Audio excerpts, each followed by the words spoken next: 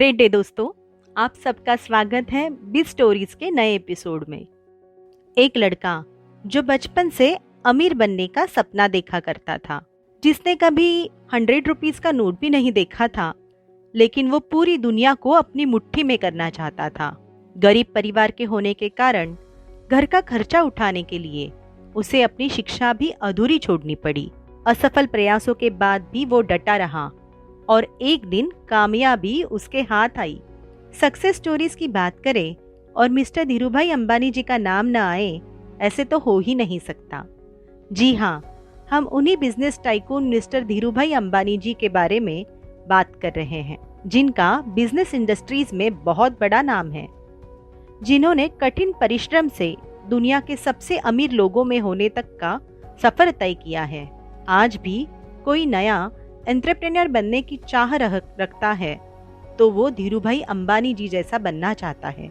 धीरजलाल हीराचंद अंबानी, इनका जन्म 28 दिसंबर 1932 को जूनागढ़, गुजरात राज्य में हुआ था।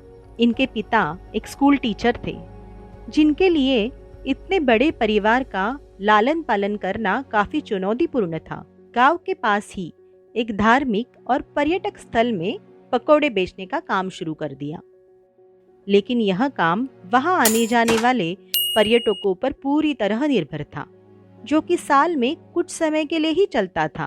बाद में यह काम मजबूरन बंद करना पड़ा। तमाम असफलताएं मिलने के बाद धीरूभाई अंबानी जी ने अपने बड़े भाई रमणीक की मदद से यमन में नौकरी करने का फैसला किया। यमन देश के एडन बंदरगाह पेट्रोल पंप पर केवल 300 रुपीज पर मंथ की नौकरी की और करीब 2 साल के बाद वे अपने कार्यकुशलता के बल पर मैनेजर के पद तक पहुंचे। 17 इयर्स के धीरूभाई जी बरमाह शेल कंपनी की सहायक कंपनी में सेल्स मैनेजर बनकर हिंदुस्तान वापस लौटे। तब उनकी तनख्वाह 1100 रुपीज थी। धीरूभाई जी की रुचि बिजनेस करने में थी। वह हर पल बिजनेस अपॉर्चुनिटीज के बारे में सोचा करते थे। हर पल वो बड़ा सोचते थे। जब वह एक कंपनी में काम कर रहे थे, तब वहां काम करने वाले एम्प्लॉयज को केवल 25 पैसे की चाय मिलती थी, पर धीरूभाई जी पास के एक बड़े होटल में चाय पीने जाते। वहां उनको उस चाय के लिए 1 रुपये का भुगतान करना पड़ता। उनसे जब कारण पूछा गया तो वह बोले कि वहां बड़े बड़े व्यापारी आते हैं, मैं उनकी बिजनेस की बातें सुनने और व्यापार की बारीकियों को समझने के लिए वहां जाता हूं। उन्होंने अपनी बिजनेस मैनेजमेंट की पढ़ाई यहाँ पर ही पूरी कर ली थी। इन बातों से धीरूभाई जी की लंबी दूरदृष्टि दिखती है। धीरूभाई जी अक्सर कहते थे, मेरी सफलता ही मेरी सबसे बड़ी बाधा है। धीरूभाई जी ने विमल ब्रांड के साथ कपड़ा बाजार में प्रवेश किया तो कपड़ा बनाने वाले कई कंपनियों ने अपने अपने वितरकों को उनका माल बेचने से मना कर दिया।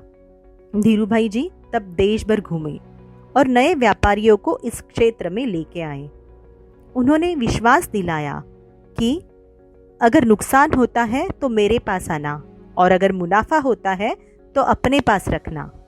एक ऐसा समय भी आया जब एक दिन में विमल के 100 शोरूमों का उद्घाटन किया गया। भारत में इक्विटी कल्ट की शुरुआत करने का क्रेडिट भी धीरूभाई जी को ही जाता है। आपको बता दें कि जब 1977 में रिलायंस ने आईपीओ जारी किया, तब 58,000 से ज़्यादा निवेशकों ने उसमें निवेश किया। धीरूभाई जी ने चंद पैसों से रिलायंस इंडस्ट्री शुरू की। एक कमरे से शुरू हुई इस कंपनी में साल 2012 तक करीब 85,000 एम्प्लॉयज़ काम कर रहे थे। धीरूभाई अंबानी जी ने रिलायंस इंडस्ट्री का विस्तार किया। धीरूभाई जी को एशिया के टॉप बिजनेसमैन के लिस्ट में भी शामिल किया जा चुका है। अपनी जिंदगी में रिलायंस के कारोबार का विस्तार अलग अलग क्षेत्रों में किया। इसमें मुख्य रूप से petrochemical, information technology, power, electricity, textile, garment इत्यादि शामिल है। वही अब धीरूभाई जी के दोनों बेटे न्यू टेक्नोलॉजी एंड अपॉर्चुनिटीज का पूरी तरह से इस्तेमाल कर रिलायंस इंडस्ट्री को आगे चला रहे हैं।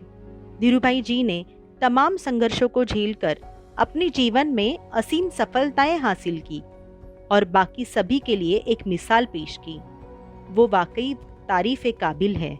और जैसे धीरूभाई अंबानी जी ने कहा था, कठिनाइयों में भी अपने लक्ष्य को पाने की कोशिश करें, कठिनाइयों को अवसर में तब्दील करें, असफलताओं के बावजूद अपना मनोबल ऊंचा रखें, अंत में सफलता आपको अवश्य मिलेगी। आपको ये वीडियो ज़रूर पसंद आया होगा। हम आपके लिए ऐसे ही अलग अलग बिजनेस सक्सेस स्टोरीज लाते रहेंगे। आपके अपने इस चैनल को लाइक एंड सब्सक्राइब करें और नोटिफिकेशन आइकॉन पे क्लिक करें। जल्दी मिलते हैं न्यू सक्सेस स्टोरी के साथ। Thank you and stay connected.